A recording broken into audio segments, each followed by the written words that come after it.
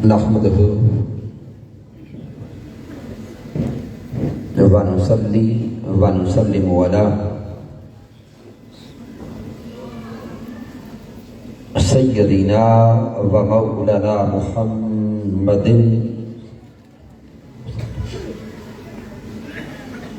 النبي الأمين المكين الكريم الرؤوف الرحيم. أما بعد فأعوذ بالله من الشيطان الرجيم. بسم الله الرحمن الرحيم.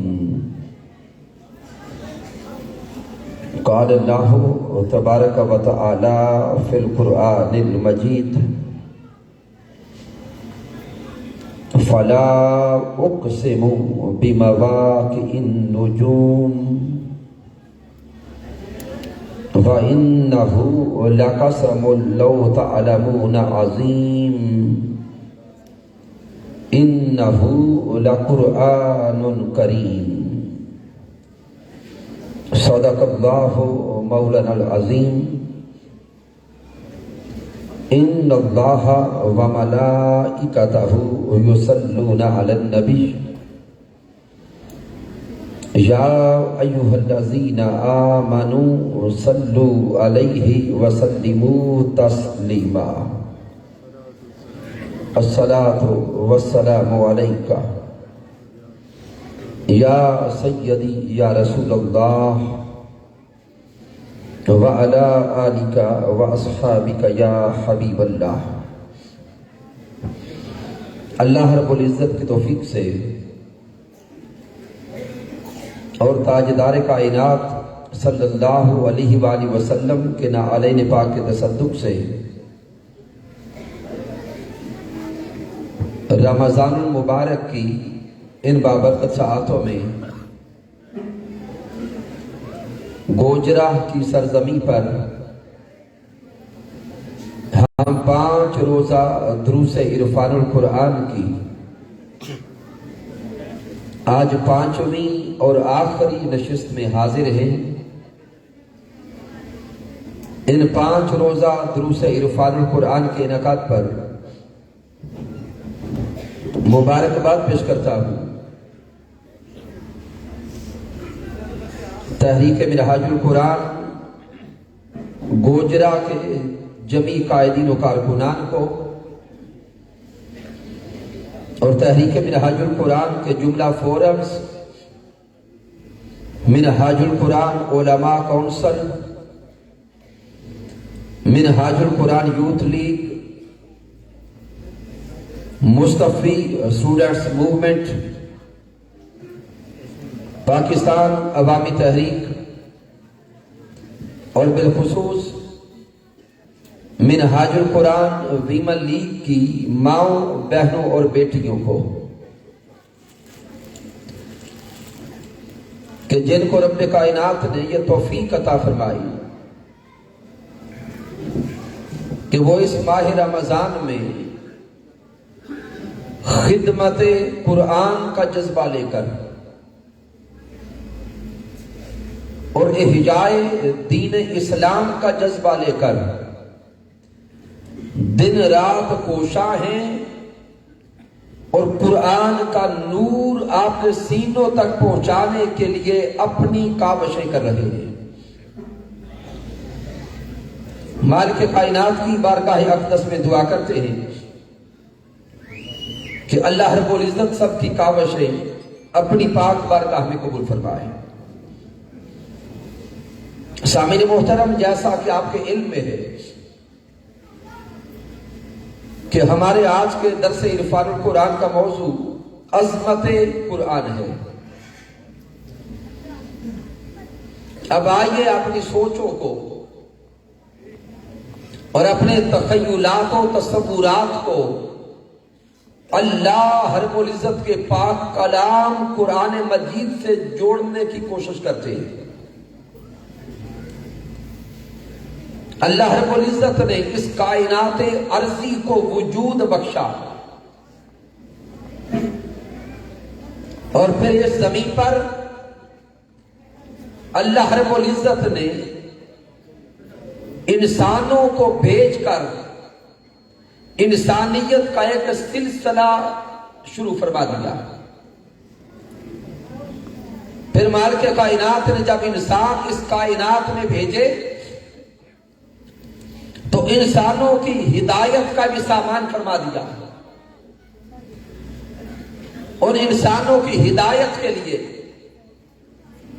پھر مالک کائنات نے نبوت کے سلسلہ کا آغاز فرمایا، اور پھر ان انبیاء کرام کو دستور حیات کے طور پر رب کائنات نے صحائف عطا فرمائے اور اپنی الہامی و آسمانی کتابیں عطا فرمائی. حضرت آدم علیہ السلام سے لے کر نبی آخر الزمان تاجدار کائنات حبیب کبریا حضرت محمد مصطفیٰ صلی اللہ علیہ وآلہ وسلم تک یہ سلسلہ نبوت چلتا رہا. اللہ رب العزت نے انبیاء کرام کو صحائف عطا فرمائے، اپنی کتابیں عطا فرمائی، لیکن ان تمام الہامی صحائف کو دیکھے اور الہامی کتب کو دیکھے تو سب سے اعلیٰ کتاب، سب سے اعلیٰ پیغمبر تاجدار کائنات حضرت محمد مصطفیٰ کو عطا فرمائی. پھر سامعین، اس قرآن کی عظمت کا اندازہ اس انداز سے بھی لگایا جا سکتا ہے کہ یہ قرآن اللہ کا کلام ہے، یہ قرآن مالک کائنات کا کلام ہے. اس کلام مجید کو لے کے آنے والا فرشتہ سب فرشتوں میں اعلیٰ، جس ہستی پہ یہ قرآن آیا وہ ہستی ذات حبیب کبریا تاجدار کائنات صلی اللہ علیہ وآلہ وسلم جمیع انبیاء میں اعلیٰ، جمیع رسولوں میں اعلیٰ. جس مہینے میں یہ قرآن آیا وہ ماہ رمضان سب مہینوں میں اعلیٰ، اور جس امت کے لیے یہ قرآن اترا ہے یہ امت ساری امتوں میں اعلیٰ ہے. آئیے قرآن مجید فرقان حمید کی آیات بینات پہ غور کریں.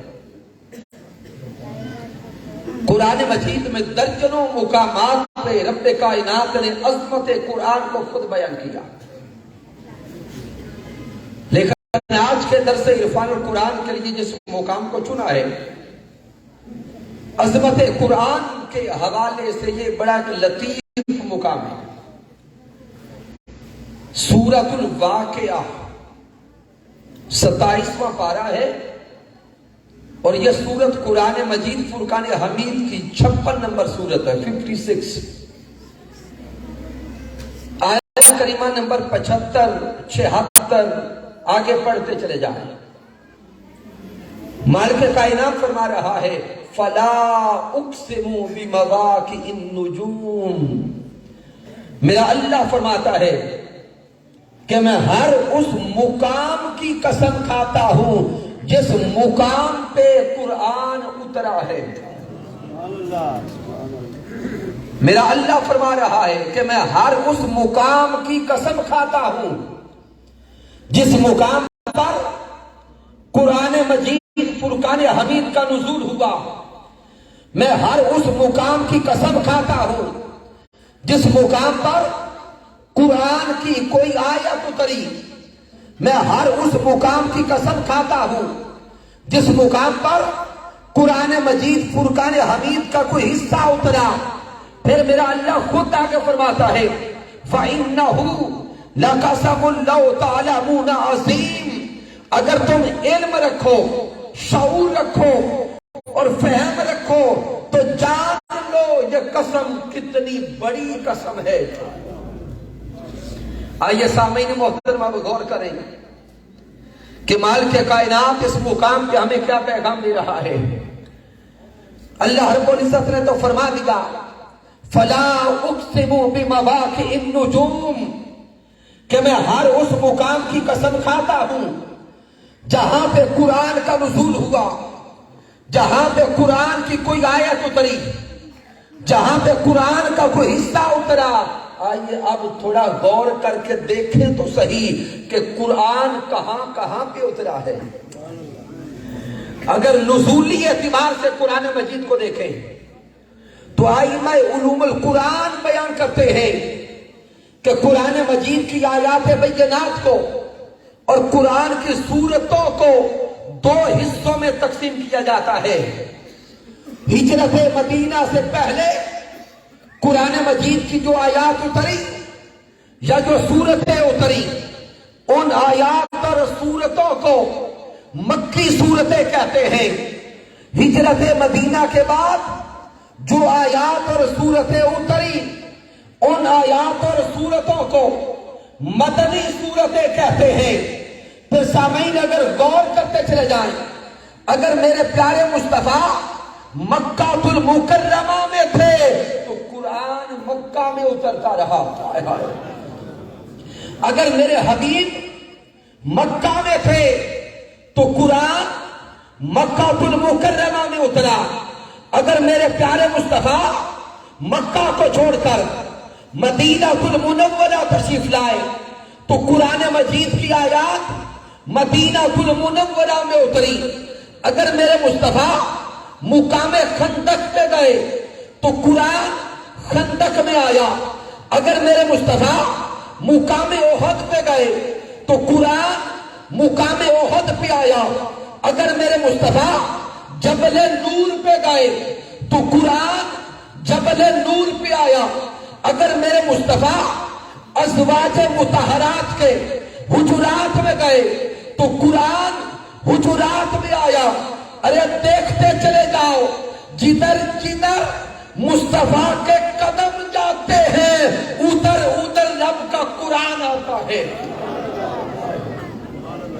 ہائے ہائے، ارے عظمت مصطفیٰ دیکھیں اور شان مصطفیٰ دیکھیں، جدھر جدھر میرے مصطفیٰ جاتے ہیں ادھر ادھر اللہ کا قرآن آتا ہے۔ اور پھر میرا اللہ فرما رہا ہے فلا اقسم بمواقع النجوم، میں ہر اس مقام کی قسم کھاتا ہوں جہاں پہ قرآن اترا۔ تو پھر توجہ کر کے سوچتے چلے جائیں، اگر میرے حبیب مکہ میں ہے، قرآن مکہ میں اترتا ہے تو رب کائنات مکہ کی قسم کھاتا ہے۔ اگر میرے مصطفیٰ مدینہ المنورہ میں ہے تو قرآن مدینہ میں اترتا ہے، رب کائنات مدینہ کی قسم کھاتا ہے۔ اگر میرے مصطفیٰ احد میں ہے تو قرآن احد میں آتا ہے تو رب کائنات احد کی قسم کھاتا ہے۔ اگر میرے مصطفیٰ جبل نور پر ہے تو قرآن جبل نور پہ آتا ہے تو رب کائنات جبل نور کی قسم کھاتا ہے۔ جدھر جدھر مصطفیٰ جا رہے ہیں اس مقام کی مولا قسم کھا رہا ہے۔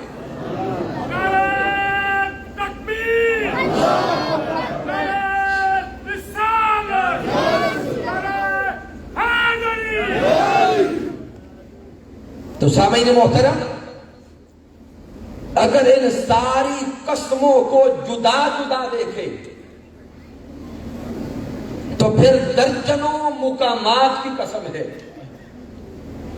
اگلے جملے پہ غور کریں گے، اگر ان ساری قسموں کو جدا جدا دیکھیں تو پھر درجنوں مقامات کی قسم، اور اگر ان ساری قسموں کو ملا کر جوڑ کر دیکھیں تو پھر غور تو کرے کہ سارا قرآن کہاں پہ آیا،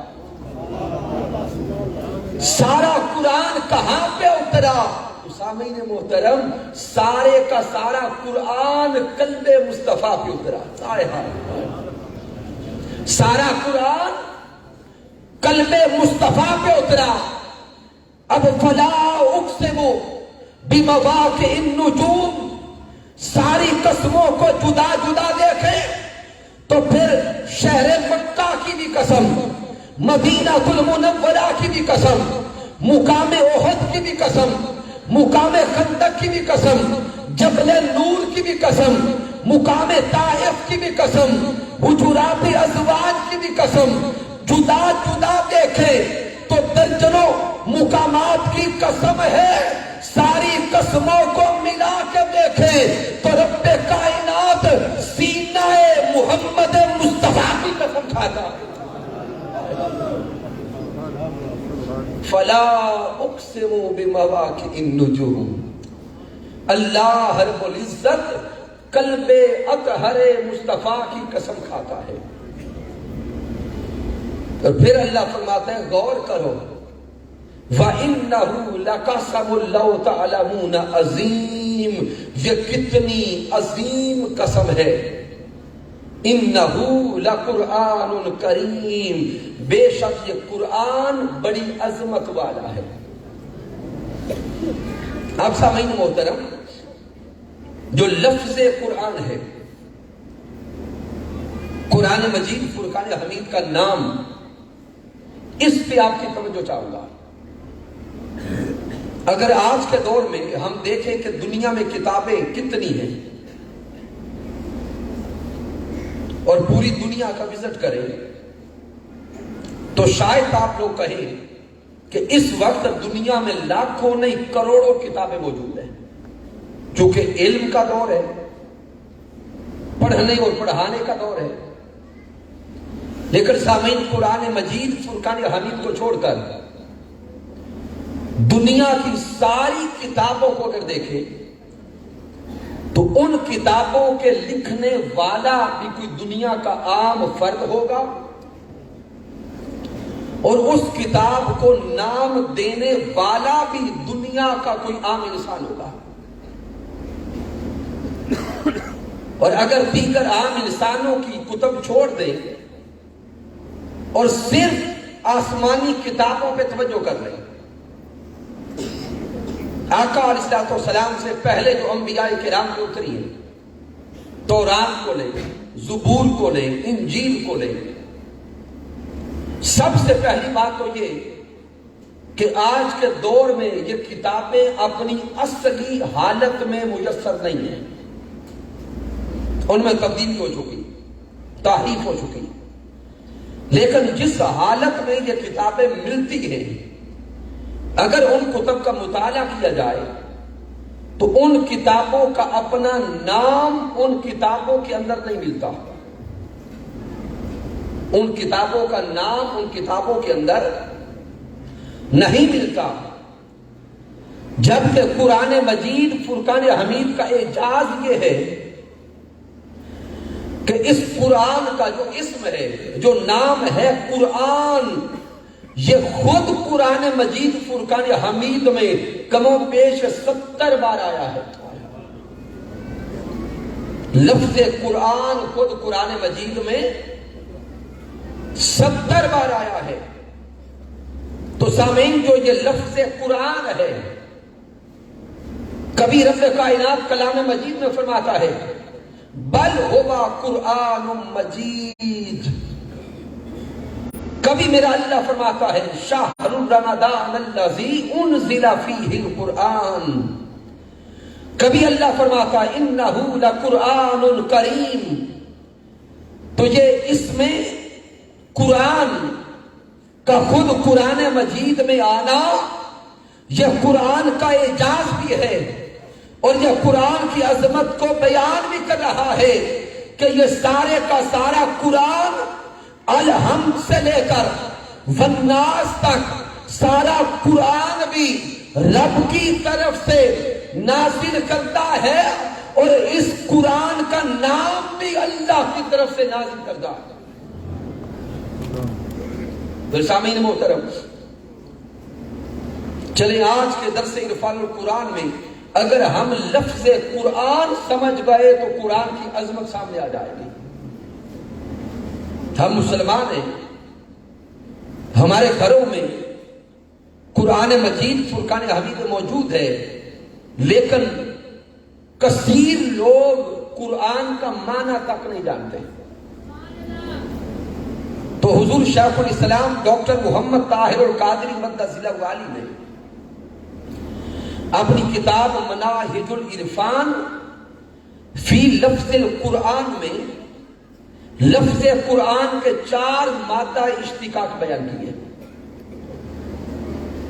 آج کی نشست میں وقت نہیں ہوگا کہ میں 4 مادہ اشتقاق آپ کے ذہنوں تک پہنچاؤں.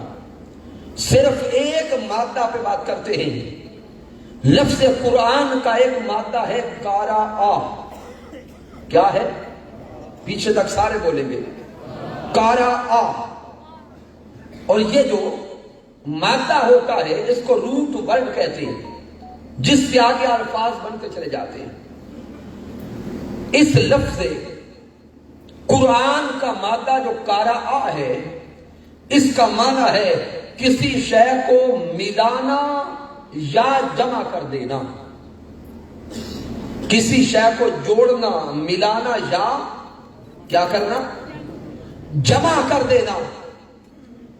تو اس مادہ کے اعتبار سے جب لفظ قرآن بنے گا تو اب اس کے اندر جو معنی بنے گا کہ یہ کلام مجید, یہ قرآن وہ عظیم کتاب ہے جس میں رب کائنات نے کائنات کے سارے علوم جمع فرما دیے.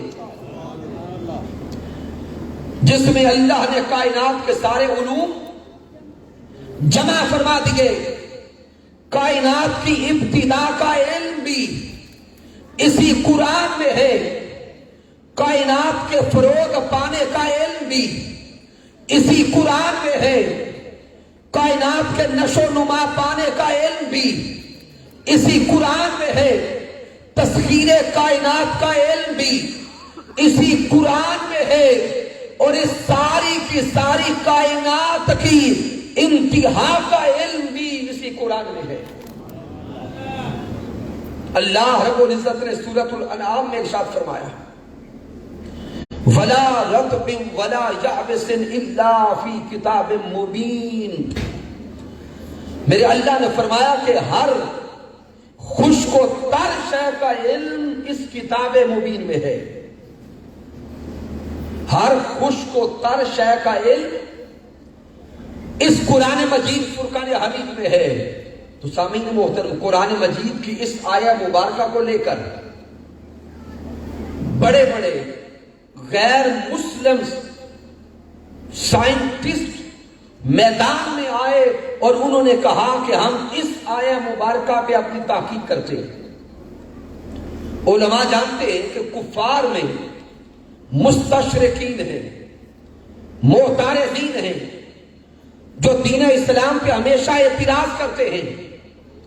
جب اس آیہ مبارکہ کو انہوں نے پڑھا کہ اللہ رب العزت فرما رہا ہے کہ کائنات کی ہر خشک اور تر شے کا علم اس قرآن مجید فرقان حمید میں ہے, تو وہ سائنٹسٹ اس آیہ مبارکہ کو سامنے رکھ کر ریسرچ کرنے چلے. جتنی ان کی بساط تھی, ممالک دیکھے, دنیا کی اشیاء دیکھی. جب انہوں نے دنیا کی اشیاء کو دیکھا, ان میں غور و فکر کیا, تو ان کو کائنات کی ہر شے یا تو خشک نظر آئی, کائنات کی ہر شے یا تر نظر آئی, یا ان دونوں چیزوں کا مرکب نظر آئی. تو غیر مسلم سائنٹسٹ, مستشرقین, معترضین جب اس آیہ مبارکہ پہ ریسرچ کر رہے تھے, ریسرچ کرتے کرتے وہ اس نتیجے پر پہنچے کہ اس آیہ مبارکہ کو دیکھ کر, سمجھ کر, غور و فکر کر کے نتیجہ یہ سامنے آتا ہے کہ لگتا ہے یہ کلام اسی کا ہے جس نے خود اس کائنات کو وجود بخشا ہے, جس نے خود اس کائنات کو خلق کیا ہے. اور صرف اسی ایک آیہ مبارکہ پہ تحقیق کر کے درجنوں لوگ دین اسلام میں داخل ہو گئے. کیونکہ میرے اللہ نے فرما دیا کہ کائنات کی ہر خشک و تر شے کا علم اس قرآن مجید فرقان حمید میں ہے. سورۃ النحل میں کبھی میرے اللہ نے ارشاد فرمایا وَنَزَّلْنَا عَلَيْكَ الْكِتَابَ تِبْيَانًا لِكُلِّ شَيْءٍ. میرے اللہ نے فرمایا کہ ہم نے اس کلام مجید کے اندر ہر شے کا تبیان بیان فرما دیا. پھر سورہ بنی اسرائیل میں اللہ رب العزت نے فرمایا فَصَّلْنَاهُ تَفْصِيلًا کہ اس کلام مجید کے اندر ہر شے کا تبیان بھی ہے، ہر شے کی تفصیل بھی ہے. اس لیے سے دنیا میں بسنے والوں جو علم کی جستجو رکھتے ہو، جو علم کی طلب رکھتے ہو، جو علم کے میدان میں اپنے آپ کو آگے بڑھانا چاہتے ہو، آؤ جیسا بھی علم چاہتے ہو اللہ کے قرآن سے جڑتے جاؤ. جیسی طلب ہوگی ویسا علم نصیب ہوتا چلا جائے گا. اگر کوئی جوان کہے کہ میں تو میڈیکل سائنس کا اسٹوڈنٹ ہوں اور دیگر سائنسز پڑھنے والا ہوں، کیا مجھے سائنسز کا علم اس قرآن میں ملے گا؟ تو رب کائنات کے اس کلام پہ غور کرتے چلے جائیں. اللہ رب العزت نے جب ارشاد فرما دیا وَلَا رَطْبٍ وَلَا يَابِسٍ إِلَّا فِي كِتَابٍ مُبِينٍ، تو اللہ رب العزت نے ایک چیلنج دے دیا کہ ارے علم کے طالبوں، اگر علم کی طلب رکھتے ہو، اگر کائنات کی ابتدا کا علم چاہتے ہو تو بگ بینگ تھیوری کا علم بھی اسی قرآن میں ہے. کائنات کے فروغ پانے کا علم چاہتے ہو تو وہ علم بھی اسی قرآن میں ہے. تسخیر کائنات کا علم چاہتے ہو تو وہ علم بھی اسی قرآن میں ہے. میڈیکل سائنسز کا علم چاہتے ہو تو وہ علم بھی اسی قرآن میں ہے. بوٹنی کا علم چاہتے ہو تو وہ علم بھی اسی قرآن میں ہے. زوالوجی کا علم چاہتے ہو تو وہ علم بھی اسی قرآن میں ہے. فزکس کا علم چاہتے ہو تو وہ علم بھی اسی قرآن میں ہے. کیمسٹری کا علم چاہتے ہو تو وہ علم بھی اسی قرآن میں ہے. ارے قرآن سے جڑتے جاؤ، پڑھتے جاؤ، تعلق جوڑتے جاؤ، جیسا علم چاہتے جاؤ گے ویسا نصیب ہوتا چلا جائے گا. اور اگر کوئی دوست، کوئی ساتھی، کوئی بزرگ یا کوئی بیٹی یہ کہے کبھی ہمارے گھر میں تو 1 درجن سے زائد قرآن مجید ہے اور شاید بچپن سے ہم نے قرآن مجید پڑھا بھی ہے، لیکن ہمیں تو آج تک کمپیوٹر سائنس یہاں سے نہیں ملی. کوئی کہہ سکتا ہے اور کوئی کہہ سکتا ہے کہ مجھے تو آج تک یہاں سے فزکس اور کیمسٹری نہیں ملی. تو سامعین محترم، آئیے اپنے من میں تھوڑا جھانک کے دیکھیں تو صحیح کہ ہم نے قرآن سے رشتہ جوڑا کتنا ہے. ہم نے اس قرآن مجید سے تعلق مضبوط کتنا کیا ہے. بھئی ہم نے تو صرف قرآن پڑھا ہے ثواب اکٹھا کرنے کے لیے. ہم تو صرف قرآن پڑھا ہے ثواب کے پہاڑ اکٹھے کرنے کے لیے. بھئی درست ہے، قرآن کی تلاوت کرنے سے ثواب ملتا ہے، لیکن اللہ کی عزت کی قسم یہ قرآن صرف ثواب دینے کے لیے نہیں اترا. یہ قرآن فقط ثواب کے انبار اکٹھے کرنے کے لیے نہیں اترا.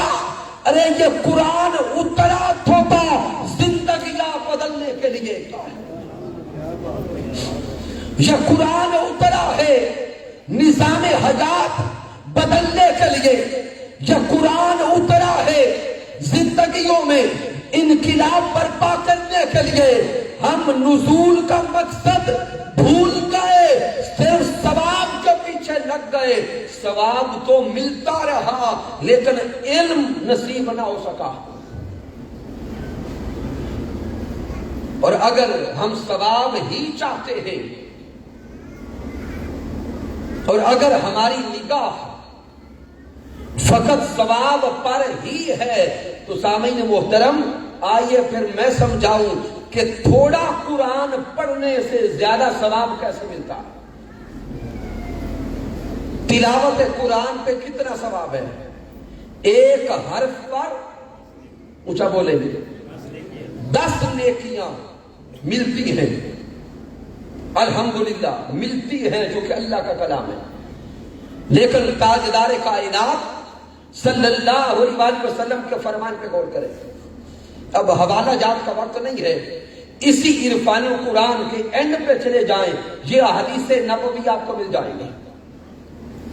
میرے آقا علیہ السلام نے فرمایا کہ جو قرآن مجید فرقان حمید کی ایک آیہ کریمہ کو سمجھتا ہے، کیا کرتا ہے؟ قرآن مجید کی ایک آیہ کریمہ کو سمجھ کے پڑھتا ہے، اس سے علم لیتا ہے، اس میں غور و فکر کرتا ہے، میرے آقا نے فرمایا اس کو راتوں میں اٹھ اٹھ کر 100 رکعت نفل پڑھنے کا ثواب ملتا ہے۔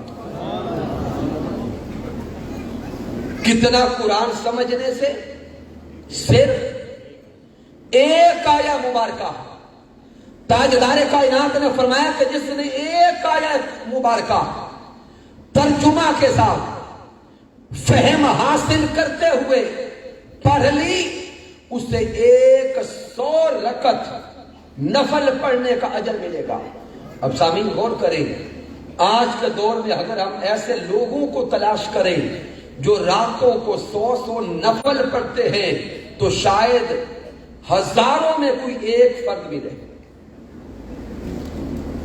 اور پھر آقا علیہ السلام کے فرمان پہ صدقے جائیں، میرے آقا نے آگے فرمایا جس نے قرآن کا ایک باب سیکھا،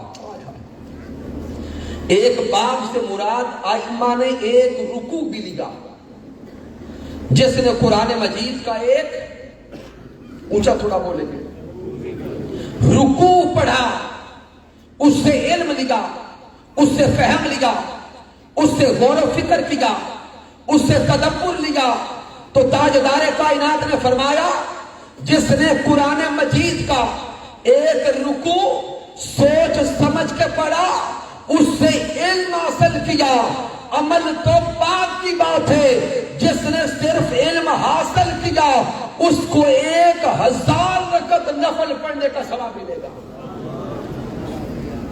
سامعین اگر تو ثواب ہی چاہتے ہیں تو آقا علیہ السلام نے فرما دیا کہ زیادہ ثواب صرف تلاوت میں نہیں، اس سے زیادہ ثواب قرآن کو سمجھ کے پڑھنے میں ہے۔ آئیے اس کلام مجید کو سمجھتے جائیں اور علم پاتے چلے جائیں، اور پھر قرآن سے کتنا علم ملے گا اور قرآن سے کیا کیا ملے گا۔ تو حضرت عبداللہ ابن عباس رضی اللہ تعالیٰ عنہ کے کلمات دے رہا ہوں۔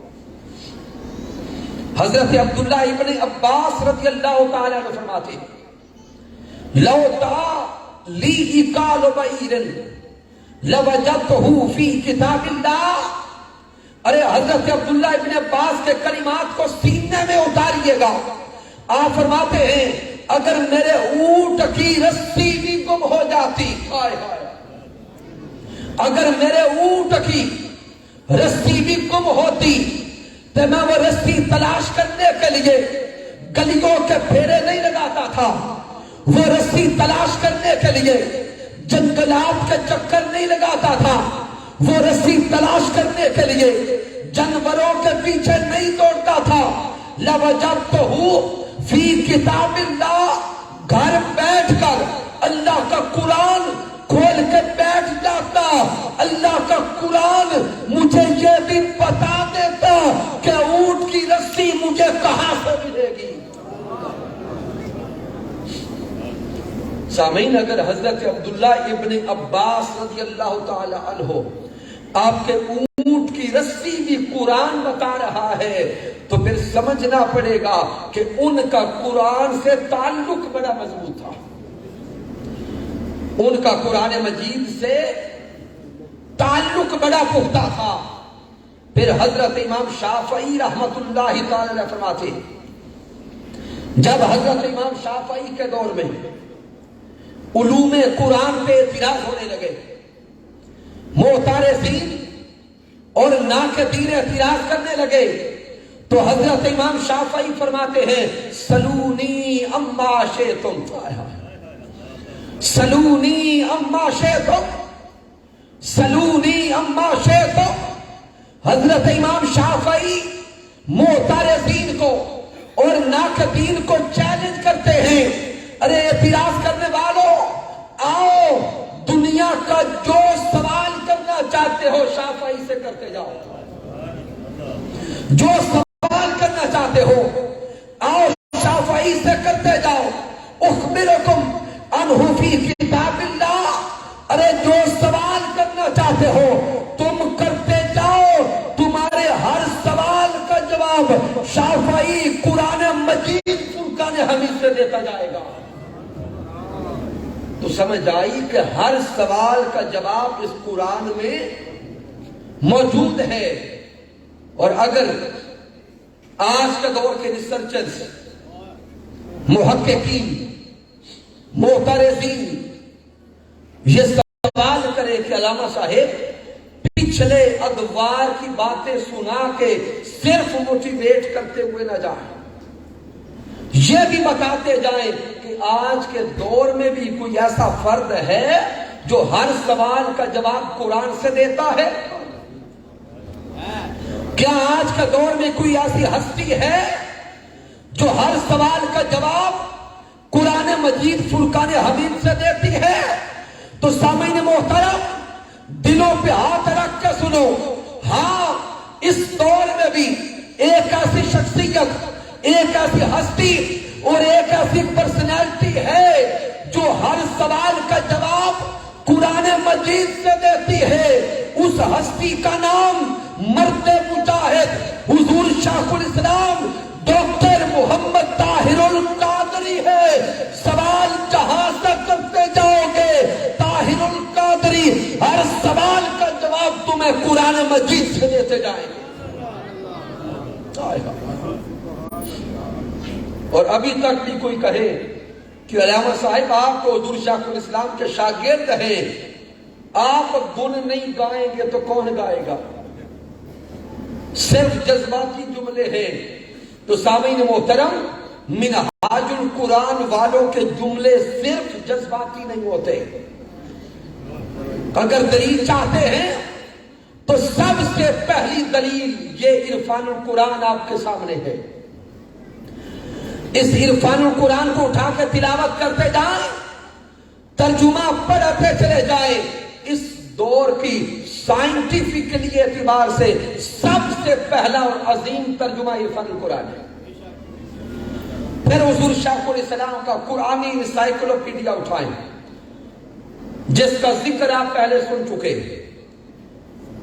کہ چونکہ رمضان قرآن کا مہینہ ہے تو 50% ڈسکاؤنٹ پر آپ کو قرآنی انسائکلوپیڈیا مل سکتا ہے۔ علماء اپنی لائبریریز کی زینت بنائیں۔ یہ قرآنی انسائکلوپیڈیا وہ عظیم شاہکار ہے جس کے اندر حضور شیخ الاسلام نے 5000 موضوعات کو قرآن مجید سے ثابت کر دیا ہے۔ تو سامعین محترم کارا آ سے جب لفظ قرآن بنا تو اس کا معنی یہ سامنے آیا کہ قرآن وہ کتاب ہے جس میں اللہ رب العزت نے کائنات کے سارے علوم جمع فرما دیے۔ اب گفتگو کے آخری حصے میں بڑا لطیف پیغام آپ کے دلوں تک پہنچانا چاہتا ہوں۔ سامعین اس قرآن مجید فرقان حمید کا ایک صفاتی نام ہے اور وہ ہے حکیم۔ وہ صفاتی نام کیا ہے؟ حکیم۔ آئیے اب اس اسم پر غور کریں۔ اگر میں آپ سے یہ سوال کروں کہ ہم اپنے معاشرے میں حکیم کسے کہتے ہیں تو کیا جواب دیں گے؟ حکیم وہ ہوتا ہے جس سے بیمار علاج کرواتے ہیں۔ اسی طرح ہے حکیم اسے کہتے ہیں جس کے پاس بیمار علاج کروانے جاتے ہیں۔ آئیے اب رب کائنات سے سوال کریں، مولا تو نے اپنے قرآن کا ایک نام حکیم رکھا ہے، مولا بتا نا کیا تیرا قرآن بھی بیماروں کا علاج کرتا ہے؟ آج کی مجلس میں جو بیمار بیٹھا ہے وہ ان جملوں پہ غور کرے۔ اے رب کائنات، کیا تیرا قرآن بھی بیماروں کا علاج کرتا ہے؟ تو رب کائنات کا جواب آتا ہے ہاں، وَنُنَزِّلُ مِنَ الْقُرْآنِ مَا هُوَ شِفَاءٌ وَرَحْمَةٌ، یہ قرآن بھی بیماروں کا علاج کرتا ہے۔ ارے بیماروں، اگر شفا چاہتے ہو تو اس قرآن کے قریب آتے جاؤ، تمہیں شفا ملتی چلی جائے گی۔ پھر انسان اپنے رب سے سوال کرتا ہے، اے رب کائنات، دنیا کا حکیم تو کسی ایک بیماری کا علاج کرتا ہے، دنیا کا ڈاکٹر تو کسی ایک بیماری میں اسپیشلسٹ ہوتا ہے۔ کوئی حکیم ہارٹ اسپیشلسٹ ہے، کوئی کڈنی کا اسپیشلسٹ ہے، کوئی آئی اسپیشلسٹ ہے۔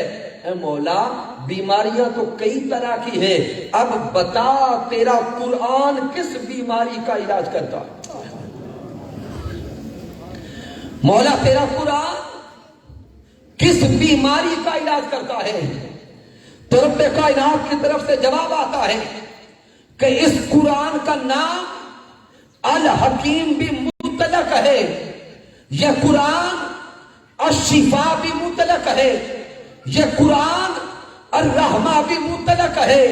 ارے بیماریوں والوں، بیماری جیسی بھی ہے، جسمانی بیماری ہے تب بھی قرآن کے قریب آؤ، قلبی بیماری ہے تب بھی قرآن کے قریب آؤ، روحانی بیماری ہے تب بھی قرآن کے قریب آؤ۔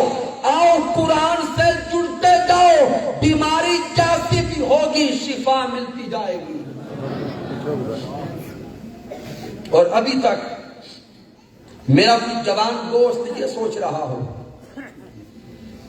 کہ ہمارے گھر میں قرآن موجود ہے لیکن بیماریاں بھی ہیں، ہمیں شفا کیوں نہیں ملتی؟ تو سامعین، جو بزرگ آپ بیٹھے ہیں، ادھر میری مائیں بیٹھی ہیں، میں آپ سے ایک بڑا خاص سوال کرنا چاہتا ہوں کہ آج سے اگر 20-30 سال پہلے کا دور ذہن میں لائیں، جو بیماریاں آج نظر آتی ہیں، کیا یہ بیماریاں آج سے 20-30 سال پہلے تھیں؟ اونچا بولے نہیں تھی۔ سوال پیدا ہوتا ہے کہ 20-30 سال پہلے یہ بیماریاں کیوں نہیں تھیں، آج کہاں سے اتر آئی ہے؟ شاید کوئی جواب دے کہ اس وقت کی خوراک اچھی تھی، درست ہے، مان لیا۔ شاید کسی کا ذہن کہے کہ لوگ اس وقت ایکسرسائز بڑی کرتے تھے، یہ بھی درست ہے، مان لیا۔ سارے جواب اپنی جگہ پہ درست ہوں گے، لیکن میں خاص جملہ دینے لگا ہوں۔ سامعین، مجھے اپنے بچپن کے دن یاد ہیں جب نماز فجر کے بعد مسجد سے نکل کے گھر آتے، جس گلی سے گزرتے ہر گھر سے تلاوت قرآن کی آواز آتی، ہر گھر سے تلاوت قرآن کی آواز آتی تھی۔ کیا آتی تھی؟ گھر کے سب افراد صبح نماز فجر کے لیے بھی اٹھتے، پھر تلاوت قرآن بھی کرتے۔ وہ تلاوت قرآن، اللہ کا کلام، وہ سبب تھا بیماریوں کے خاتمے کا۔ آج اس مادیت کے دور میں، اس فتنہ و فساد کے دور میں، اور اس سوشل میڈیا کے دور میں، رات 1-2 بجے تک ہم موبائلوں پر پتہ نہیں کیا کیا دیکھتے رہتے ہیں۔ جب رات 1-2 بجے سوتے ہیں، نہ صبح نماز فجر کی ہوش رہتی ہے، نہ تلاوت قرآن کی ہوش رہتی ہے۔ صبح کی نماز بھی بھول گئے، تلاوت قرآن بھی بھول گئے۔ جب سے ہم نے اللہ کے کلام کو چھوڑ دیا اور ہم اللہ کے قرآن کو بھول گئے، تب سے بیماریوں نے ہمارے گھروں کے دروازے دیکھ لیے۔ ارے آج بھی اگر اپنے گھروں کو بیماریوں سے پاک کرنا چاہتے ہیں، تلاوت قرآن گھر میں معمول بنا لیں، 40 دن کے بعد خود دیکھیں گے بیماریاں کم ہو رہی ہیں۔ لیکن ہم دنیا کے اندر اتنے بدمست ہو گئے اور دنیا کا حرص و لالچ میں اتنے حریص ہو گئے کہ دنیا کے ڈاکٹر کے کہنے پر تو جوک بھی شروع کرتے ہیں، میڈیکل ڈاکٹر کے کہنے پر تو واقعہ بھی شروع کرتے ہیں، ڈاکٹر کے کہنے پر تو ڈائٹک بھی شروع کرتے ہیں، لیکن رب کائنات کے کہنے پر تلاوت قرآن شروع نہیں کرتے۔ کیا ہمارا ایمان اتنا کمزور ہو گیا؟ ایک طرف دعویٰ عشق مصطفیٰ کا بھی ہے اور دوسری طرف اس کتاب کو بھول گئے جو تاجدار کائنات میں اتری ہے۔ گھروں کی دیواریں ہم سے سوال کرتی ہیں کہ قرآن کی آواز کب سناؤ گے، اور گھروں میں غلافوں میں بند پڑے ہوئے قرآن ہماری طرف دیکھتے ہیں کہ اپنے گھر میں لانے والے فرد کب وہ دن آئے گا کہ مجھے اٹھا کے تو تلاوت بھی کرے گا۔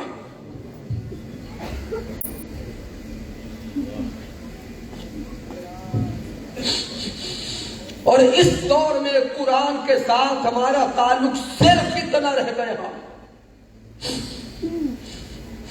یا تو بیٹیوں کو رخصت کرتے وقت کوئی بابا جی کہتے ہیں قرآن اٹھا کے لاؤ، بیٹی کو قرآن کے سائے میں رخصت کرے، یا جب کوئی حالت نظام ہو، روح نہ نکل رہی ہو، پھر قاری صاحب کو بلا کے لاتے ہیں کہ آپ قرآن پڑھیں تاکہ اس کی روح نکل جائے۔ ارے تھوڑا من میں غور کر کے سوچیں تو صحیح، کیا یہ قرآن صرف بیٹیوں کو گھر سے نکالنے کے لیے اترا ہے؟ کیا یہ قرآن روح نکالنے کے لیے اترا ہے؟ کیا یہ قرآن معاذ اللہ بندے مارنے کے لیے اترا ہے؟ ارے نہیں، یہ قرآن تو وہ کتاب ہے جو مردوں کو بھی زندگی دیتی ہے، جو مردوں کو بھی زندگی بخشتی ہے۔ اس لیے 14ویں 15ویں صدی میں رہنے والوں، اس قرآن کو صرف اسی لیے رکھو جس لیے یہ قرآن اترا ہے۔ اور جس بیٹی کو رخصت کرتے وقت قرآن کا سایہ کرتے ہیں، آئیے گھروں کے ماحول دیکھیں، شادی بیاہ کی رسومات دیکھیں، جس بیٹی کو رخصت کرتے ہوئے اس کے سر پہ قرآن کا سایہ کرتے ہیں، اسی بیٹی کی شادی کی ساری رسمیں قرآن کے مخالف تھی۔ ایک رات پہلے مہندی کے نام پہ کیا تماشے ہوئے، کیا رقص و سرور ہوئے، کیا گانے اور ڈانس ہوئے، کیا فحش اور عریانی کے بازار گرم ہوئے۔ ایک رات پہلے بے حیائی اور ڈانس جب کر رہے تھے تب قرآن یاد نہیں آیا، اور جب بیٹی کے سر پہ قرآن کا سایہ کرتے ہیں تو کیا قرآن سوال نہیں کرتا ہوگا کہ رات کو یہ قرآن کہاں تھا؟ آئیے سامعین محترم، ہم اپنے شعور کی آنکھیں کھولیں، شعور کی آنکھیں کھولیں. اگر واقعی تعلق اللہ اور اس کے رسول سے ہے تو پھر اپنی زندگی کے ایام کو بدلنا ہوگا. اور آخر میں جو پیغام دے رہا ہوں، یہ ساری باتیں سن کر اینڈ پر اس بیماری کا جو علاج ہے وہ میڈیکل سائنس کے حوالے سے ڈاکٹرز کی زبان سے بتانے لگا ہو کہ قرآن میں ہے. اس وقت جو بڑے بڑے ہاسپٹلز ہیں دنیا کے اندر، ان ہاسپٹلز کے اندر ایک وارڈ قائم کیا جا رہا ہے جس وارڈ کا نام ہے قرآنک تھراپی وارڈ. وارڈ کا ٹائٹل کیا ہے؟ بولیں گے قرآنک تھراپی وارڈ. اور میرے علم کے مطابق پاکستان کے 2 ہاسپٹلز، پیمز ہاسپٹل اسلام آباد اور سروسز ہاسپٹل لاہور، ان 2 ہاسپٹلز کے اندر یہ وارڈ قائم ہو چکے ہیں. اور آج کا دور چکے علم کا دور ہے، میڈیا کا دور ہے. ابھی فری ہو کہ آپ گوگل پہ لکھیں گے تو معلومات آپ کے سامنے آ جائیں گے. ان وارڈ کے اندر میڈیکل پروفیسر کہتے ہیں کہ ہم ان مریضوں کو داخل کرتے ہیں جن کا علاج کر کر کے ڈاکٹرز یہ کہہ دیں کہ بیماریوں کا علاج اب دنیا کی میڈیسن میں نہیں رہا.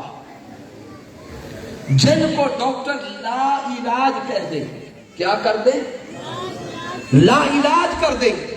ڈاکٹر کہتے ہیں کہ ہم خود جن کا علاج کر کر کے تھک جائیں، میڈیسن کے اعتبار سے لا علاج کہہ دیں، پھر ان مریضوں کو قرآن کے وارڈ میں بھیجا جاتا ہے.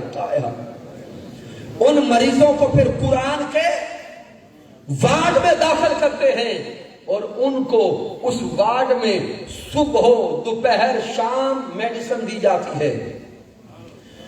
صبح دوپہر شام دوائی دی جاتی ہے. اور وہ میڈیسن کیا ہے؟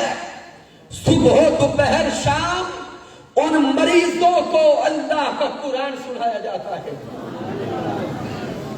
ان مریضوں کو اللہ کا قرآن سنایا جاتا ہے.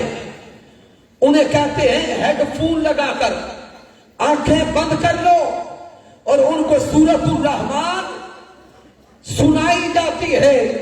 ڈاکٹرز خود کہتے ہیں کہ وہ مریض جن کا علاج دنیا کی دوائیوں سے نہ ہو سکا، جب ہم نے ان کو اللہ کا قرآن سنایا تو بڑے بڑے مریض شفا یاب ہوتے ہوئے نظر آئے.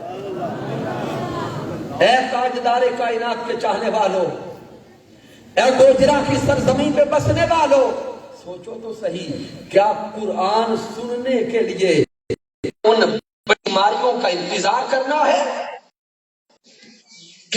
قرآن سے تعلق جوڑنے کے لیے ہم نے اس وارڈ تک جانے کا انتظار کرنا ہے؟ اگر نہیں تو یہ قرآن ہمارے گھروں کی محنت ہے. آئیے قرآن مجید کو اٹھاتے جائیں، تلاوت کرتے جائیں، علم لیتے جائیں، فہم پاتے جائیں. اللہ رب العزت نے چاہا یہ ساری بیماریاں ہمارے گھروں سے بھاگ کی جائے. تو آئیے شفا لینے کے لیے تو قرآن کو پڑھ رہے ہیں، صحت پانے کے لیے تو قرآن کو پڑھ رہے ہیں. اور سامعین محترم،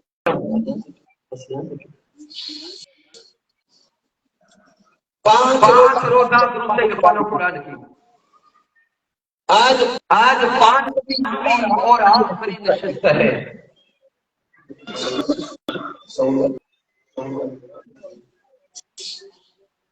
5 روزہ قرآن کی آج 5ویں اور آخری نشست ہے. 5 دن ہو گئے آپ نماز فجر کے بعد نیند چھوڑتے آتے ہیں اس قرآن کا رشتہ جوڑنے کے لیے، قرآن سے تعلق مدد کرنے کے لیے. اسکالر اپنی مسائل کے مطابق قرآن کا نور لے کے آتے رہے. قرآن مجید کا فہم لیتے آتے رہے، لیکن سامعین مرکز کا جملہ دینے لگا خطابات کا مرکز کا جتنی بھی کرتے رہے، جو خطاب اللہ کی قسم کسی ایک اور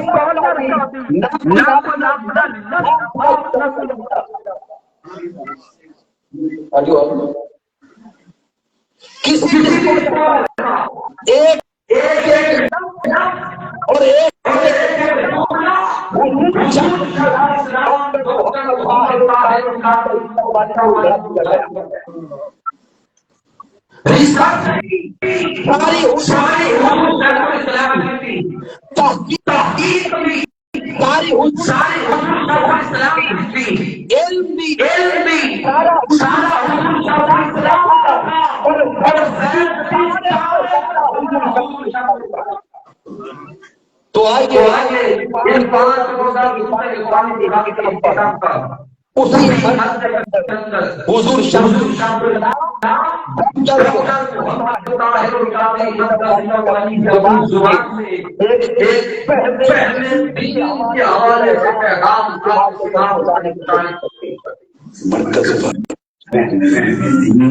کے نام سے نیا ڈپارٹمنٹ قائم کیا گیا ہے۔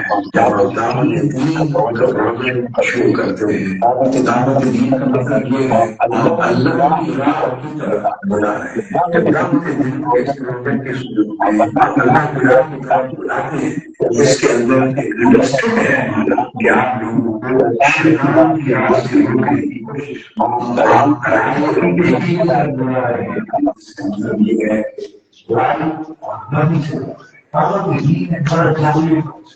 اس سے اپنے آپ کو بدلنے کے لیے دوستوں کو بدلنے حتیٰ کہ پوری سوسائٹی اور پورے معاشرے کو کاوش ہوتی ہے۔ اس دعوت کا جو اندر رہتے ہیں بار بار آپ کے دیکھ جتنا میسج کو اس دعوت کو آپ کے اندر جگہ ملے گی، آپ کی سوچ میں اتنا ہی اس کو زمان ملے گا اور اتنی گہرائی میں اترے گی، اس کے اتنے اثرات ہوں گے۔ بعض لوگ سوچتے ہیں کہ یہ تو میں سن چکا ہوں، اس سوچ کو بدلنا ہے۔ آپ سن چکے ہیں، اس کو 10 بار سننا ہے، اتنی بار سننا ہے تاکہ وہ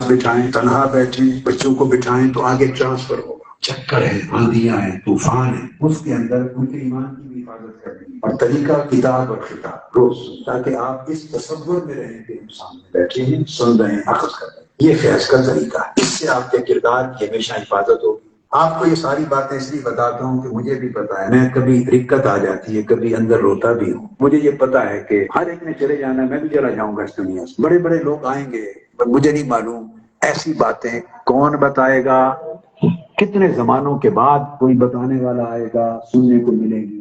اللہ کے امر پہ ڈیپینڈ کرتا ہے۔ اتنی طویل زمانہ آ جائے، ایسی باتیں اس سوسائٹی کو، ملک، قوم اور نسلوں کو ملنے کو نہ ملیں، پھر آپ پیچھے سے وہ ریکارڈنگ نکالیں گے اور سنیں گے، اگلی نسلیں بھی سنیں گی، کہیں گے وہ باتیں پھر نہیں کسی نے کہا۔ اس لیے آپ اس وقت میں ہیں، اس زمانے میں ہیں، اس تعلق میں ہیں، جب بیٹے ڈائریکٹ آپ سن رہے ہیں، سمجھ رہے ہیں، پا رہے ہیں، اس چشمے سے تعلق رکھ رہے ہیں، جڑے رہیں، دور رہ کر بھی قریب رہیں۔ اس کا آسان طریقہ خطاب اور کتاب ہے۔ بعض اوقات آدمی اوور کانفیڈنٹ ہوتا ہے، یہ بھی مرواتا ہے۔ اتنی میں نے اسٹرگل کی ہے اور میں اس سطح پر جد و جہد کی ہے، انشاءاللہ مجھے تو کوئی اثر نہیں۔ یہ دھوکہ ہے، اللہ پاک نے اس سے بچنے کو کہا ہے۔ یہ صحابہ کرام اور اولیاء کرام اور اولیاء اعظام کے لیے بھی اجازت نہیں ہے۔ ہر روز فیض لیتے رہنے کے عمل پہ اعتماد کرے۔ سامعین محترم، جیسا کہ آپ نے سنا مرکز پر حضور شیخ الاسلام ڈاکٹر محمد طاہر القادری مدظ اللہ ولی کی آواز ہر کان تک پہنچانے کے لیے فہم دین پروجیکٹ کا آغاز ہوا ہے، اور یہ سارے کا سارا پروجیکٹ جو ہے یہ آپ کے موبائل کے اندر ہے۔ اگر آپ فوراً 1 منٹ کے اندر اندر اپنے موبائل نکالیں، جلدی کر لیں، موبائل نکالیں گے، ڈیٹا آن ہوگا تو پلے اسٹور پہ جائیں گے، اور پلے اسٹور پہ جا کے آپ لکھیں گے فہم دین۔ کیا لکھنا ہے؟ فہم دین، FEHMEDEEN۔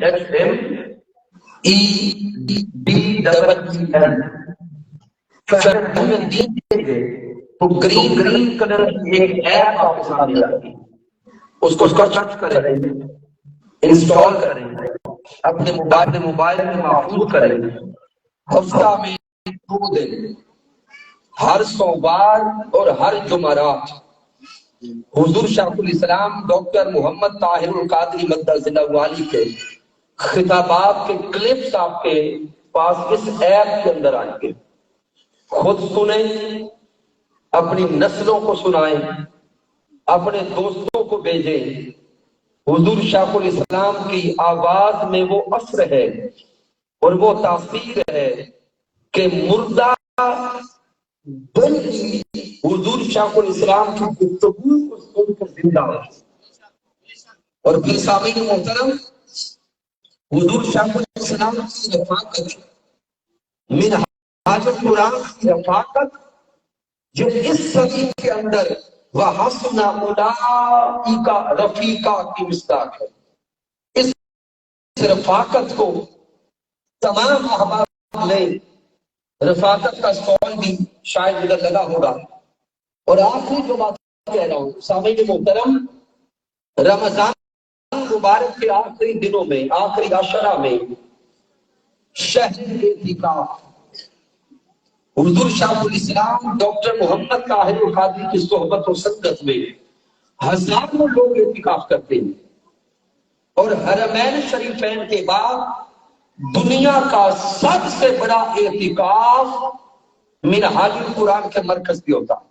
اس شہر اعتکاف میں درجنوں نہیں، سینکڑوں نہیں، ہزاروں لوگوں کی زندگیاں بدلی ہیں۔ لہذا اس اعتکاف میں خود تشریف لائیں اور اپنی اولادوں کو ڈالیں کہ محمد سے وفا کیوں نہیں، تو ہم تیرے ہیں، یہ جہاں چیز ہے کیا، لوح و قلم تیرے ہیں،